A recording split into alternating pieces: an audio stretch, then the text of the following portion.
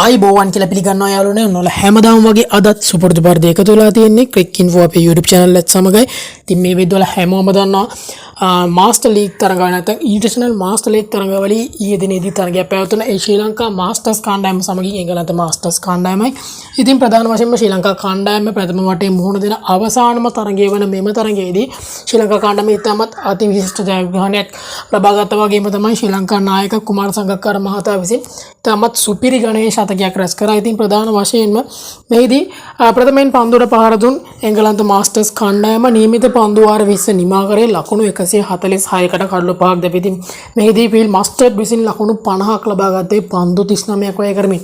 ඉතින් පන්දු හිමේදී ඉතාමත් සුපිරි ගණයේ ඩෙත් ඕවර්ස් ප්‍රමාණයක් යොමු කරපු නැත්නම් පන්දු වාර 16ත් 20ත් අතර ප්‍රමාණයේදී ඉතාමත් හොඳින් පන්දු යවපු කණ්ඩායමක් වශයෙන් නම් දරා සිටි ශ්‍රී ලංකා කණ්ඩායම ඉතින් ශ්‍රී ලංකා මාස්ටර්ස් වරුන් ඊයේ දිනේදීත් ඒ හොඳින් සිද්ධ කරා.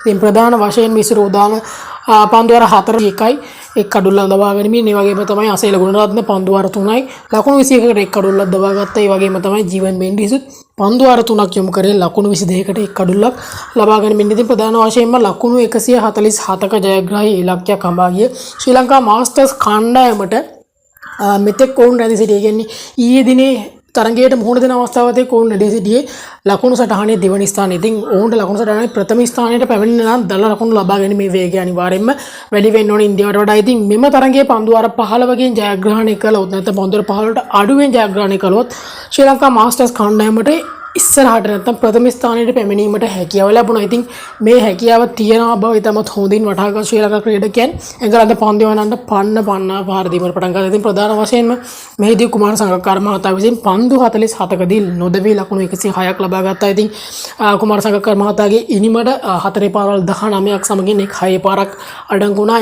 ඉතින් මෙව සුපිරි ගණයේ ඉනිමත් සමග ශ්‍රී ලංකා කණ්ඩායමට පන්දු වාර 12යි පන්දු 5ක අවසානයේදී සිය ජයග්‍රහණය ළඟා කර ගැනීමට හැකියාව ලැබුණා. ඉතින් ප්‍රධාන වශයෙන්ම ශ්‍රී ලංකා කණ්ඩායම එක් කඩුල්ලක් දැවී ලකුණු 150ක් රැස් කරගත්තා. ඉතින් දැවී ගිය කඩුල්ල ගියේ රොමේෂ් කාලු විතාරණ මහතා. ඉතින් ප්‍රධාන වශයෙන්ම අසේල ගුණරත්න පන්දු 12කදී ලකුණු 22ක් රැස් කරගත්තා. ශ්‍රී ලංකා කණ්ඩායම මේ වෙන විටත් අවසාන 4 දෙනාගේ වටේට තේරිය අවසන්. ඉතින් ශ්‍රී ලංකා කණ්ඩායමට අවසාන 4 දෙනාගේ තරගයේදී බොහෝ දුරට තරග කිරීමට සිදුවන්නේ පටලින්දී කොදෙව් කණ්ඩායම සමගයි.